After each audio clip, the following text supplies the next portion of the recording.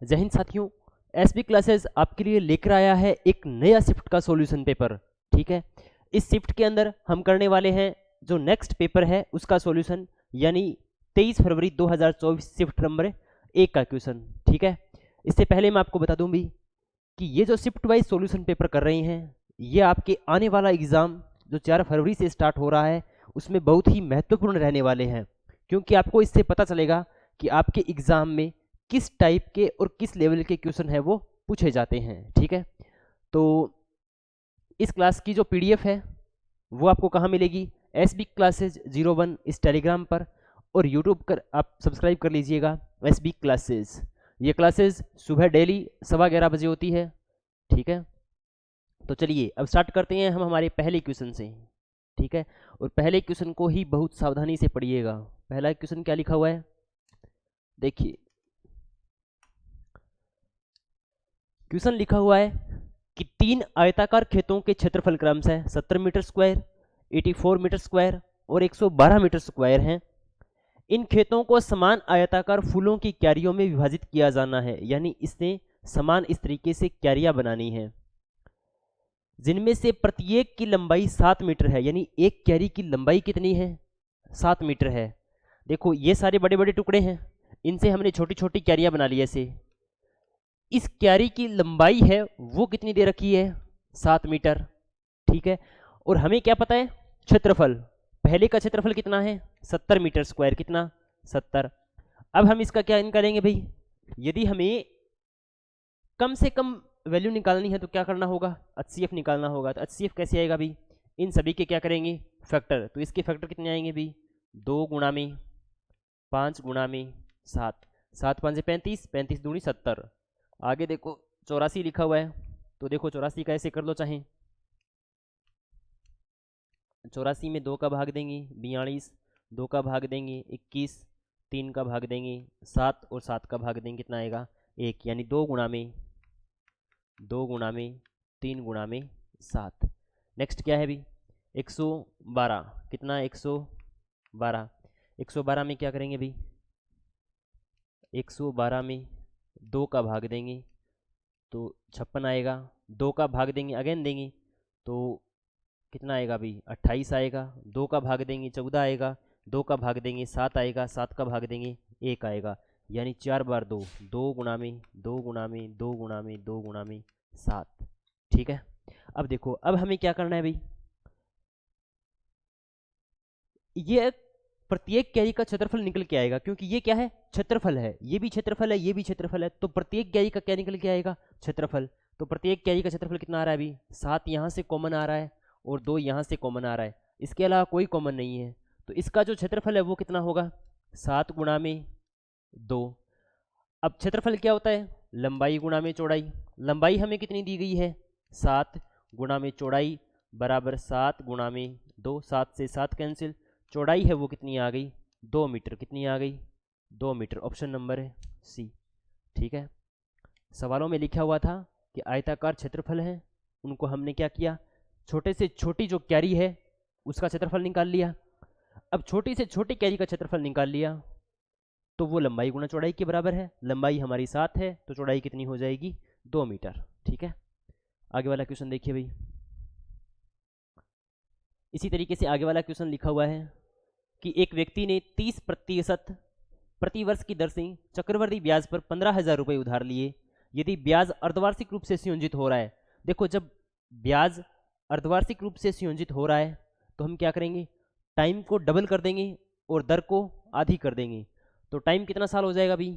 1 वर्ष बाद पूछा है तो टाइम कितना हो गया? 2 साल। टाइम कितना हो गया? 2 साल। और दर 35% है तो दर कितनी हो जाएगी? 15%। कितनी दर कितनी हो जाएगी? 15%। और जो पैसा है, पैसा कितना है? 15,000। कितना है? 15,000।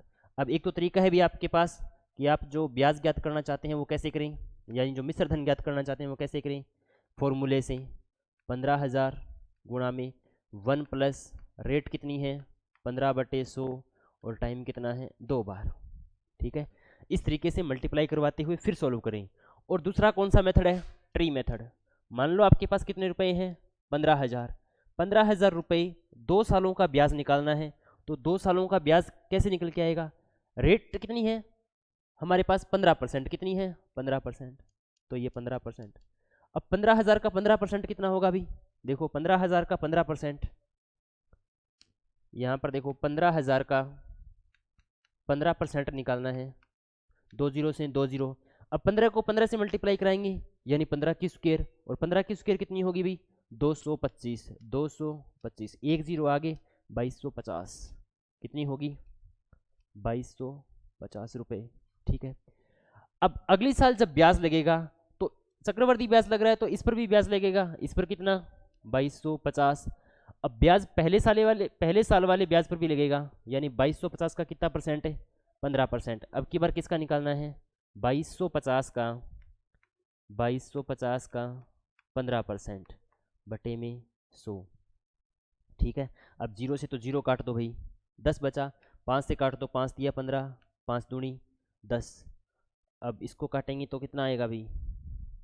225 को 2 से काट लो, या 225 को 3 से मल्टीप्लाई कराओ, 300 दूनी 600, ये बन जाएगा 675। 675 में 2 का भाग देना है भाई, तो कितना आएगा? 337.5। कितना आएगा? 337.5। यानी यहाँ पर जो ब्याज आएगा ना, वो कितना आएगा? 337.5। ठीक है। अब इसने क्या पूछा है? भुगतान की जाने वाली राशि। तो भुगतान की जाने वाली तो राशि जुड़ जाएंगी, 15,000, 2,250, 2,250, 337.5। इस मेथड का और क्या फायदा है अभी? इस गुणा, जोड़ घटाव गुणा भाग करके तो इससे भी निकाल सकते थे। इससे यदि हमें पूछ ले कि केवल दूसरे वर्ष का ब्याज कितना होगा, तो हम केवल दूसरे वर्ष का बता सकते हैं। यदि हमें पूछ ले कि केवल पहले वर्ष का ब्याज कितना होगा, तो हम पहले वर्ष का बता सकते हैं। यदि हमें पूछ ले कि दोनों सालों में ब्याजों का अंतर कितना होगा, तो हम अंतर भी बता सकते हैं। ठीक है। इसलिए यह मेथड क्या है? बढ़िया है। चाहे कुछ भी पूछे, इस तरीके से हम बता सकते हैं। तो कुल कितना हो जाएगा अभी? 15,000, 16,000, 17,000, 18,000, 19,000।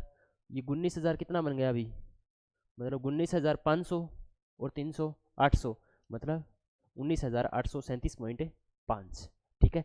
ये तरीका इसीलिए यूनिक है और आपको सीखना भी चाहिए। नेक्स्ट क्वेश्चन देखिए भाई। देखो ऐसे सवालों को करने का ना तरीके तो और भी बहुत सारे हैं। मैं आपको जो बताया था मैन फॉर्मूले वाला, उससे भी कर सकते हैं, लेकिन उससे टाइम भी ज़्यादा लगेगा। गुणा भी आपको 115 को किससे कराना पड़ेगा? 115 से। शाम हो जाएगी। ये वाला देखो, क्वेश्चन लिखा हुआ है कि 15 सेंटीमीटर त्रिज्या वाला एक ठोस धातु का गोला, ये है ठोस धातु का गोला, जिसकी त्रिज्या कितनी है?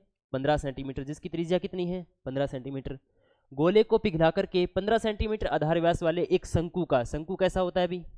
ऐसा। ठीक है। ये शंकु है। देखो जब भी दो वस्तुओं को पिघला करके आपस में चेंज किया जाता है ना, तब क्या होता है? उनका आयतन बराबर होता है। क्या होता है? आयतन बराबर होता है। तो इनका आयतन कितना है अभी? गोले का आयतन कितना होता है? 4/3 पाई आर क्यूब। और शंकु का आयतन कितना होता है? 1/3 पाई आर स्क्वायर एच। ठीक है। लेकिन त्रिज्याएं क्या है भी? अलग अलग हैं। त्रिज्याएं क्या है? अलग अलग हैं। इसको मैंने आर लिख दिया। पिघला करके 15 सेंटीमीटर आधार व्यास वाले, इसका जो आधार है ना, ये पूरा, ये 15 सेंटीमीटर है, तो ये कितना हो जाएगा? 15/2। अब देखो 3 से तो 3 कैंसिल, पाई से पाई कैंसिल। अब देखो 4 आर, इसकी रेडियस कितनी है अभी? 15 सेंटीमीटर। तो इसकी रेडियस कितनी कर दी? 15 गुणा में 15 गुणा में 15। और ये बराबर किसके हैं? आर स्क्वायर एच के। आर स्क्वायर कितनी होगी भी? 15/2। 15/2 गुणा में 15/2, और ऊंचाई है वो हमें ज्ञात करनी है। ठीक है। तो 15 से तो 15 कैंसिल, 15 से तो 15 कैंसिल। और देखो भाई, और हट रहा है क्या? नहीं कट रहा। तो 2 दूनी 4, और 4 को इधर मल्टीप्लाई करा देंगे, तो h का मान कितना आ जाएगा? 4 गुणा में 4 गुणा में 15। h का मान कितना आ जाएगा? 15 चौके 60, और 60 चौके 24, यानी 240 सेंटीमीटर। कौन सा? Option number D. ठीक है। दो वस्तुओं को जब भी पिघला करके चेंज किया जाता है, तो उनके आयतन क्या होते हैं? आपस में बराबर। तो हमने क्या किया? आयतन को बराबर कर दिया। नेक्स्ट क्वेश्चन देखिए भाई। 28 संख्याओं का औसत 110 है, यदि हम प्रत्येक संख्या में b जोड़ते हैं तो औसत भी कितना बढ़ जाएगा भाई, 110 प्लस में b, तो औसत 128 हो जाता है। लेकिन ये है किसके बराबर, 128 के बराबर। तो b का मान कितना हो जाएगा भाई, 128 माइनस 110 कितना हो जाएगा, 18। यदि प्रत्येक संख्या के अंदर x जोड़ा जाता है तो औसत भी किससे बढ़ेगा, x से। यदि x घटाया जाता है तो x भी किससे घटेगा, नहीं औसत है वो किससे घटेगा, x से। गुणा किया जाता है तो भी गुणा हो जाएगा, भाग किया जाता है तो भी क्या हो जाएगा, भाग। यानी प्रत्येक संख्या के साथ जो संक्रिया होती है औसत के साथ भी वही संक्रिया होगी। देखो एक वस्तु का अंकित मूल्य 9,600 रुपये है। अंकित मूल्य का मतलब क्या होता है अभी, MRP, यानी मार्केट रेट प्राइस कितना है, 9600 रुपये है। और इसका विक्रय मूल्य का मतलब SP, और SP कितना है, 6,336। तो छूट का प्रतिशत क्या होगा, तो बताओ भाई छूट कितने रुपए की मिल रही है, 9600 में से क्या घटाएंगे, 36, 9600 में से क्या घटाएंगे, 36, तो ये कितना बचेगा भाई, 64। और 14 में से 6 गए कितने बचेंगे, 8, और 8 में से 3 गए कितने बचेंगे, 58, 64, 58 64। तो बताओ भाई 58 64 यार है क्या, 9600, 10 में से 6 गई 4, 9 में से 3 गई 6, और 5, 15 में से 6 गई, 15 में से 6 गई, गलत बच गया अभी तो। देखो 10 में से 6 घटाई 4, 9 में से 3 घटाई 6, और 15 में से 6 घटाई 9, और 8 में से 3 घटाई 5, 9600 माइनस 36। देखो कई बार कन्फ्यूजन है, हो ही जाती है क्या, कई बार कन्फ्यूजन है, हो ही जाती है। चलो बताओ 9600 माइनस 36 कितने बचेंगे भी, बिल्कुल सही है 59 और 64। तो कितने रुपए की छूट दी जा रही है, अरे मैं 36 कैसे घटा रहा हूँ भाई, तभी मैं सोच रहा हूँ ये गलत कैसे हो रहा है।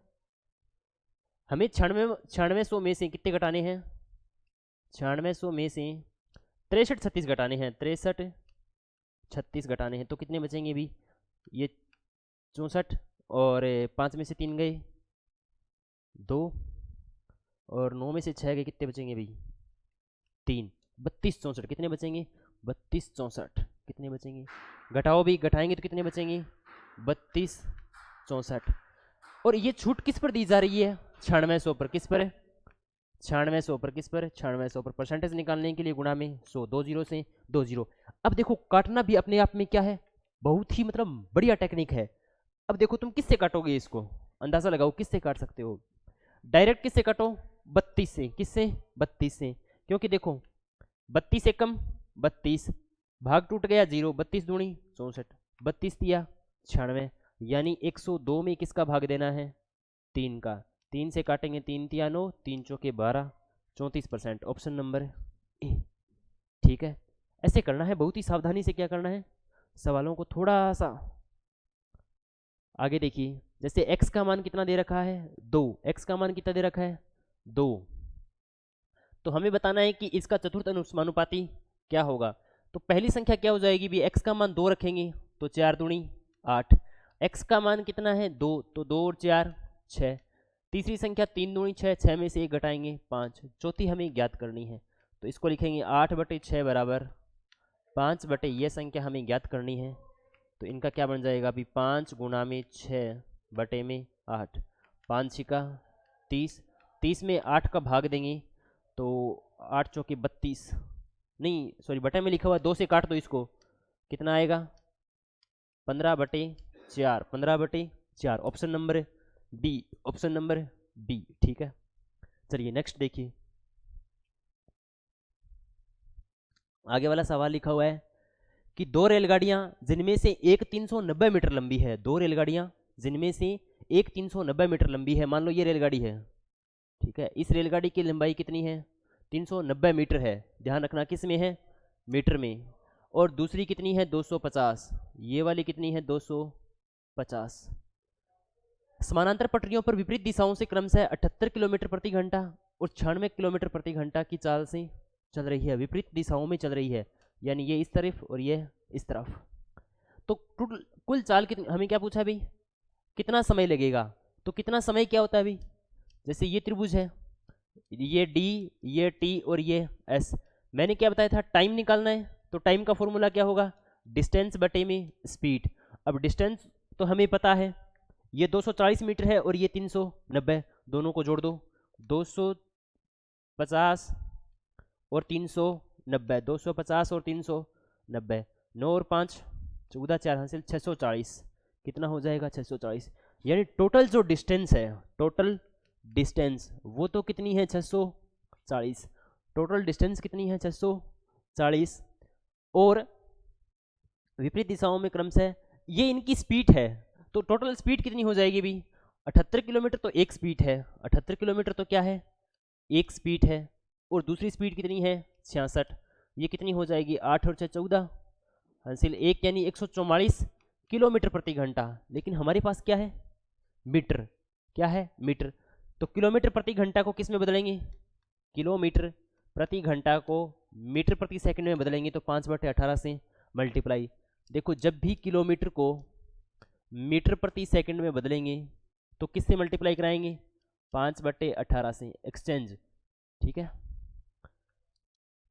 किलोमीटर को मीटर प्रति सेकंड में बदलेंगे तो 18 को काटेंगे, 18 8 144, 8 5 40, 8 5 40 किलोमीटर पर हावर।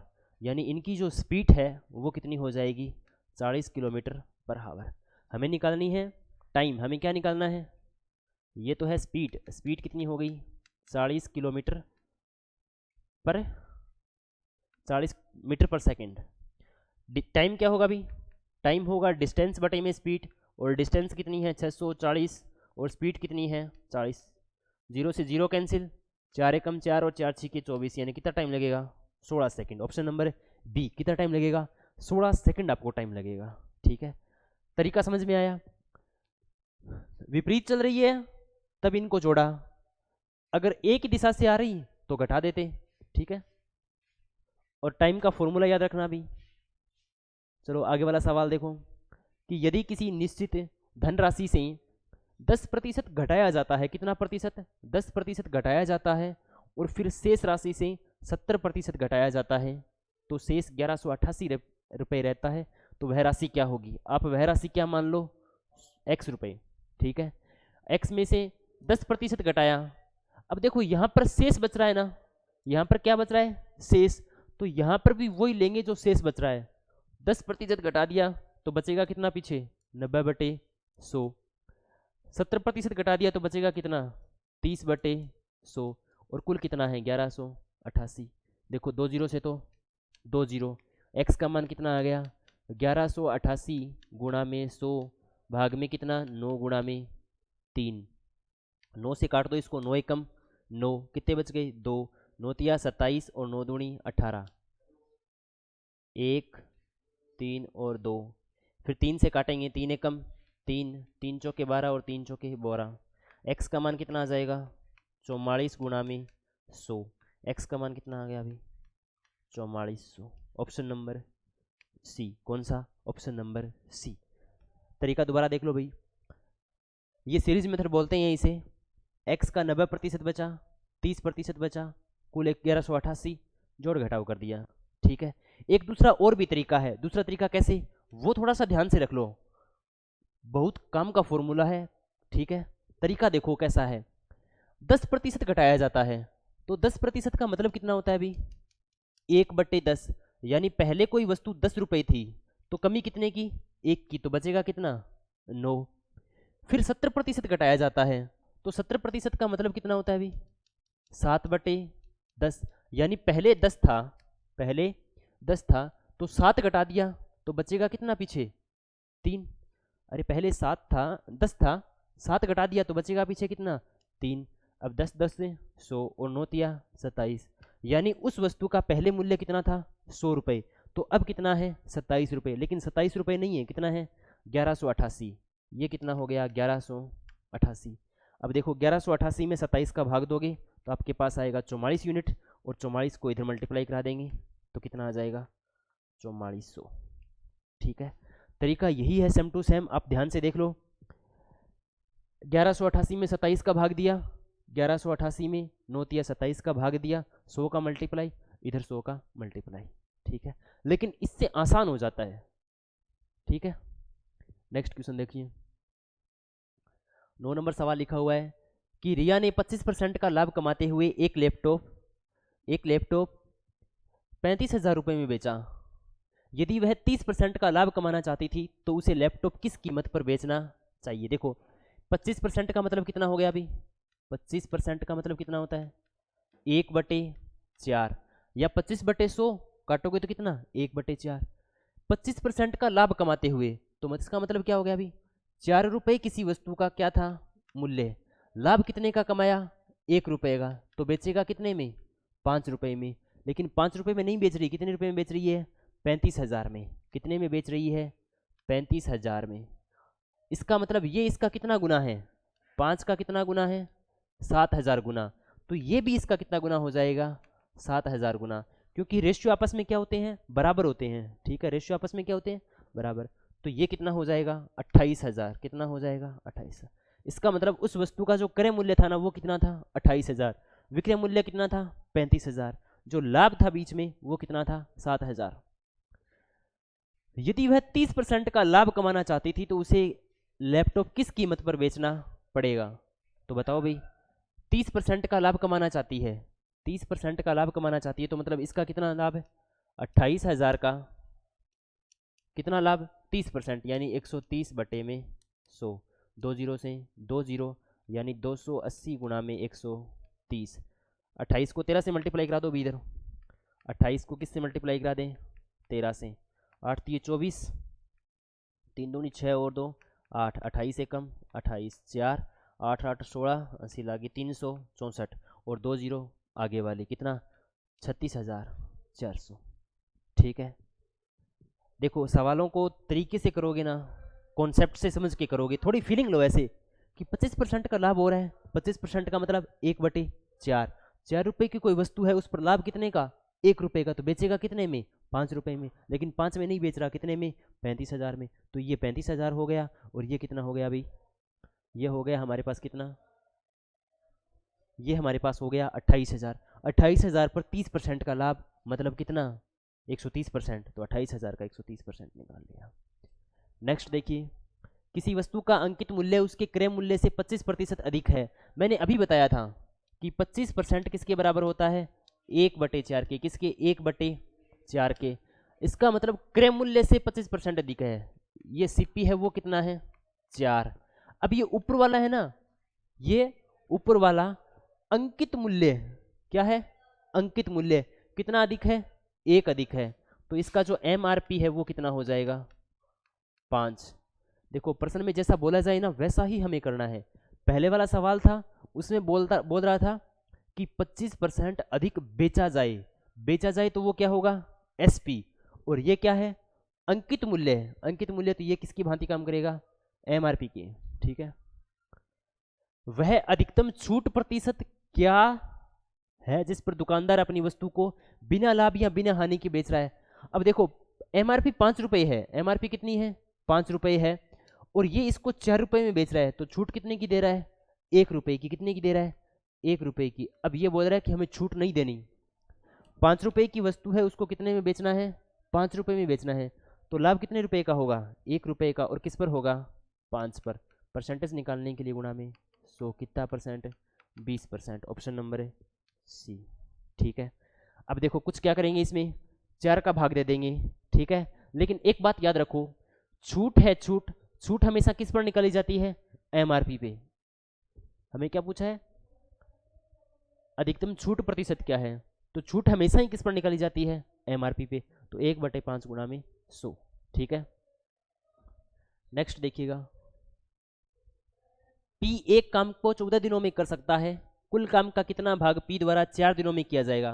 भाई पी एक काम को 14 दिनों में कर सकता है, यानी पी एक दिन में कितना काम कर रहा है, नहीं एक काम को 14 दिनों में कर रहा है, तो एक दिन में कितना काम करेगा 1/14। हमें पूछा है 4 दिनों में कितना करेगा, भाई एक दिन में 1/14 कर रहा है, तो 4 दिनों में कितना करेगा 4/14, 2 से काटेंगे 2/7, 2/7 यानी option number B, option number B, ठीक है। इसी तरीके से नेक्स्ट देखिए भाई, मोहन एक पुराना मोबाइल 4,000 रुपये में खरीदता है, और उसकी मरम्मत 500 रुपये खर्च करता है, यदि वह मोबाइल 5000 रुपये में बेचता है तो उसका लाभ प्रतिशत क्या है? तो देखो भी उसके ओवरऑल कितने हो गई 4500 रुपये, 4500 रुपये तो वो खर्च करता है, यानी ये क्या हो गया सीपी। और बेचता कितने में है? बेचता कितने में भी 5000 में, 5000 में क्या करता है बेचता है। तो कितने रुपए का प्रॉफिट हो गया? 500 रुपये का प्रॉफिट हो गया। और होगा प्रॉफिट किस पर? 4500 पर। किस पर? 4500 पर। परसेंटेज निकालने के लिए गुणा में 100, 2 जीरो से तो 2 जीरो, 5 एकम 5, 5 नीम 45, यानी 1/9। और 1/9 कितना होता है अभी? 11.11%, 11.11%। ये आपको याद रखना है कि 1/9 कितना होता है? 11.11%। ठीक है, नेक्स्ट देखिए भाई। देखो यदि आप में से कोई SSC की तैयारी कर रहा है ढंग से, तो मैंने एक वीडियो बनाया है SSC तैयारी के लिए, ठीक है, तो वो आप देखना, आपको पता चलेगा कि आपको तैयारी किस तरीके से करनी है, किस लेवल की करनी है। ठीक है, आगे वाला सवाल लिखा हुआ है कि 555 गुणा में 2, नहीं भाई गुणा में 2 नहीं है, 555 प्लस 44 गुणा में 2 भाग में 11 और माइनस कितना 25 गुणा में 3। तो देखो ये बन जाएगा 525 प्लस 11 से काटेंगे 11 चौके 44, 4 दूनी 8 और माइनस 25 दिया 75। ठीक है, तो इसका मतलब कितने घटाने हैं अभी? 500 कितने हो गए ये? 563 माइनस 75, तो 463, और 463 में 25 जोड़ोगे तो कितने आएंगे? 488। कितने आएंगे? 488। किया कैसे भी मैंने वो देखो, 563 में से 75 घटाने थे, मैंने क्या किया 100 घटा दिए, तो कितने बचे? 463। अब 25 ज़्यादा घटाए थे तो 25 जोड़ दो, 5 और 3 8, 6 2 8 और 4 488। ठीक है, मैं फिर से आपको वही कहता हूँ कि आप साथ साथ में तैयारी करोगे, आप कॉन्सेप्ट भी सीखोगे, जोड़ने घटाने का कला है वो भी सीखोगे। ठीक है, नेक्स्ट देखिएगा, क्वेश्चन नंबर नेक्स्ट है कि छात्रों के एक समूह का औसत वजन 44 किलोग्राम है, 40 किलोग्राम छात्रों की एक समूह का औसत वजन 40 किलोग्राम है। हमने माना कि x छात्र हैं, कितने छात्र हैं? x छात्र हैं, और x छात्रों का औसत वजन कितना है? 44 किलोग्राम। तो कुल वजन कितना हो जाएगा? 44 गुणा में x। 40 किलोग्राम छात्र वाला समूह छोड़ देता है, यानी एक बच्चे का वजन कितना है? 44 किलोग्राम। कितना है? 40 किलोग्राम वाला छोड़ देता है और 34 किलोग्राम वाला वापिस आ जाता है। तो 34 किलोग्राम वाला क्या आ जाता है? वापिस आ जाता है, एक अन्य छात्र समूह में शामिल हो जाता है। यदि नया औसत वजन 43.4 किलोग्राम है, नया औसत वजन कितना हो गया अभी? नया औसत वजन कितना हो गया? 43.4, 43.4। और ये 43.4 है किसके बराबर भाई? x की। औसत तो ये है और छात्रों की संख्या कितनी है? x, तो इसको x से क्या करवा दो? मल्टीप्लाई। x से क्या करा दो? मल्टीप्लाई। अब देखो ये हो गया 44x, कितना? 44x माइनस 40 में से 34 गए 6, और ये बन जाएगा 43.4x। माइनस का 6 है इधर जाते ही, प्लस का 6, और 44x से माइनस के 43.4x घटाएंगे तो 0.6x। x का मान कितना आ जाएगा अभी? 10। कितना आ जाएगा? 10। Option number C. इसको ऐसे करेंगे भी 6/10, x बराबर 6, x का मान कितना आ जाएगा? 10। x का मान कितना आ जाएगा? 10। ठीक है, नेक्स्ट। जॉन ने एक बैंक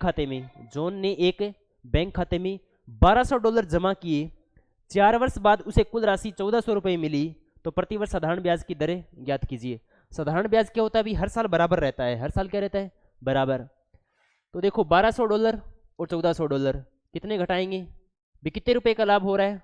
$200 का। कितने डॉलर का? $200 का। और $200 का लाभ कितने साल में हो रहा है? 4 साल में। कितने साल में? 4 साल में। तो एक साल में कितना होगा भाई? एक साल में कितना होगा? 200/4, 200/4 यानी $50 का लाभ होगा। $50 का लाभ होगा, या आप ये मान लो कि $50 का ब्याज होगा। ब्याज भी तो क्या होता है? प्रॉफिट ही तो होता है, क्या होता है, प्रॉफिट। तो 1 साल का ब्याज कितना हो गया, $50। हमें पूछा है कि रेट कितनी होगी, तो $50 ब्याज हो रहा है, वो किस पर हो रहा है, 1200 पर। किस पर, 1200 पर। परसेंटेज निकालने के लिए गुणा में 100, 2 जीरो से 2 जीरो, 50 में 12 का भाग देंगे तो 12, ये कितना आ जाएगा, 4.17। कितना आ जाएगा, 4.17। इसी तरीके से नेक्स्ट क्वेश्चन देखिए भाई, यदि x अनुपात y इस तरीके से लिखा हुआ है, तो 7x और 4y का अनुपात हमें बताना है, यानी 7x प्लस में 4y और अनुपात 7x माइनस 4y। देखो 7x का मान कितना रखना है, 7y का मान 2, तो 7 7 49 प्लस में 4 दूनी 8, 7 7 49 माइनस 8, 49 और 8 कितने हो गए भाई, 57। कितने हो गए, 57, और 49 में से 8 घटाएंगे 41। Option number A, option number A 57 अनुपात 41। नेक्स्ट देखिए,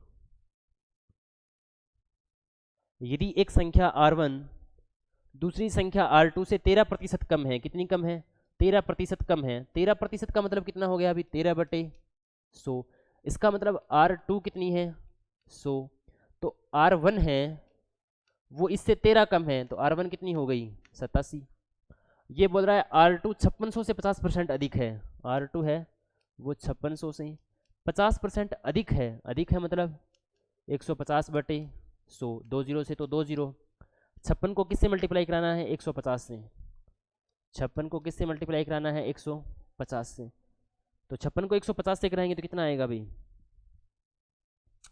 देख लो, 56 को 150 से कराना। इसका और भी तरीका है सरल करवाने का, लेकिन क्या करें, कंफ्यूज हो जाओगे तुम। 15 छिके 90, 80 लगी 9, 15 5 75 और 9 84, तो कितना आएगा, 8400। कितना, 8400। R2 का मान कितना है, 8400। 5600 से है तो R2 का मान कितना है, 8400। अब बताओ भी, R2 100 नहीं है, कितनी है, 8400। मतलब इसका कितना गुना है, 84 गुना। कितना गुना, 84 गुना। तो ये भी कितना गुना हो जाएगा, 84 गुना। और 87 को किससे मल्टीप्लाई कराना है, 84 से। 87 को किससे, 84 को किससे मल्टीप्लाई कराना है, 87 से। 84 को 87 से मल्टीप्लाई कराओगे तो आएगा 7308। कितना आएगा, 7308। Option number B, option number B. ठीक है, नेक्स्ट देखिए, नेक्स्ट देखिए भी लिखा हुआ है कि M1 अकेले 14 दिनों में एक काम कर सकता है। यानी M1 है, M1 वो एक काम को 14 दिनों में कर सकता है। M2 अकेले उसी काम को 70 दिनों में। M2 है वो कितने दिनों में, 70 दिनों में। और M3 की मदद से उसे 7 दिनों में पूरा कर देता है। M3 की मदद से वे यानी सारे के सारे, यानी M1, M2 और M3 ये इस काम को 7 दिनों में पूरा करते हैं। तो देखो भी कुल काम कितना है, 70। कुल काम कितना है, 70। इस 70 काम को, इस 70 काम को M1 कितने की स्पीड से कर रहा है, भाग देंगे 70 में 14 का 5, 70 में 70 का भाग देंगे 1, 7 में 10। इसका मतलब M1 की जो स्पीड है वो कितनी है, 5। M2 की स्पीड है वो कितनी है, 1। और इन तीनों की है वो कितनी है, 10। तो बताओ भी, M1 5 है, M1 कितना है, 5। M2 1 है, तो M3 कितना हो जाएगा, 5 और 1 6। मतलब M1 और M2 कितने हो गए, 6। M3 कितना बचेगा फिर, 4। M3 कितना बचेगा, 4। यानी M3 की स्पीड कितने की है, 4 की। 4 की स्पीड से 70 काम करने में उसे कितना टाइम लगेगा भाई, 17 चौके 68, 17.5 दिन। कितने दिन लगेंगे, 17.5 दिन। Option number B, option number B. ठीक है, नेक्स्ट क्वेश्चन देखिए, next question second last question लिखा हुआ है अभी कि 9/4, 9/4 21/10 63/20 का एलसीएम कितना होगा। जब हमें एलसीएम निकालना हो, क्या करना हो, एलसीएम, तो ऊपर वाली संख्याओं का क्या लेते हैं, एलसीएम, और नीचे वाली संख्याओं का क्या लेते हैं, एचसीएफ। क्या लेते हैं, एचसीएफ। तो एलसीएम बताओ भी कितना होगा, 9 21 63 का कितना होगा, 63। और इसका एचसीएफ कितना होगा भाई, 2। कितना होगा, 2। 63/2। एचसीएफ कैसे निकाला भाई, इसके फैक्टर हमें पता चल गए, 2 गुणा में 2। अब देखो 2 गुणा में 2 ही है, इसके कितने होंगे, 2 गुणा में 5। इसके कितने होंगे, 2 गुणा में 2 गुणा में 5, तो HCF कितना हो गया 2। और वैसे भी देखो 63 ऊपर में 1 में ही है, इसमें 65 है, इसमें 2 है, इसमें 21 है, तो कौन सा ऑप्शन सही होगा, ऑप्शन नंबर डी। ठीक है, नेक्स्ट क्वेश्चन देखिए भाई, ये वाला आसान ही है, ये वाला आसान ही है, ये वाला क्या है, आसान। और इस सवाल का जवाब है वो तुम बताओगे कमेंट बॉक्स में, किसमें, कमेंट, COMMENT, कमेंट बॉक्स। ठीक है, तो देखो हमने इस जो क्लास है उसके अंदर 20 क्वेश्चन किए। ठीक है, इन 20 क्वेश्चन आपने साथ साथ में देख लिए। अब 20 क्वेश्चन की दोबारा क्या करनी है, हमें प्रैक्टिस क्या करनी है, प्रैक्टिस। तो ज्वाइन करो SD क्लासेस 01 टेलीग्राम ग्रुप, और इस टेलीग्राम ग्रुप पर आपको क्या मिल जाएगी, PDF। क्या मिल जाएगी, PDF, और सॉल्यूशन है वो आपके सामने ही है। तो ये थे भी हमारे SSC GD के लिए प्रैक्टिस सेट प्रीवियस ईयर। ठीक है, बढ़िया क्वेश्चन है, आप निकालो। बाकी मिलेंगे नेक्स्ट लेक्चर के अंदर। आज की क्लास के लिए थैंक यू, जय हिंद, जय भारत।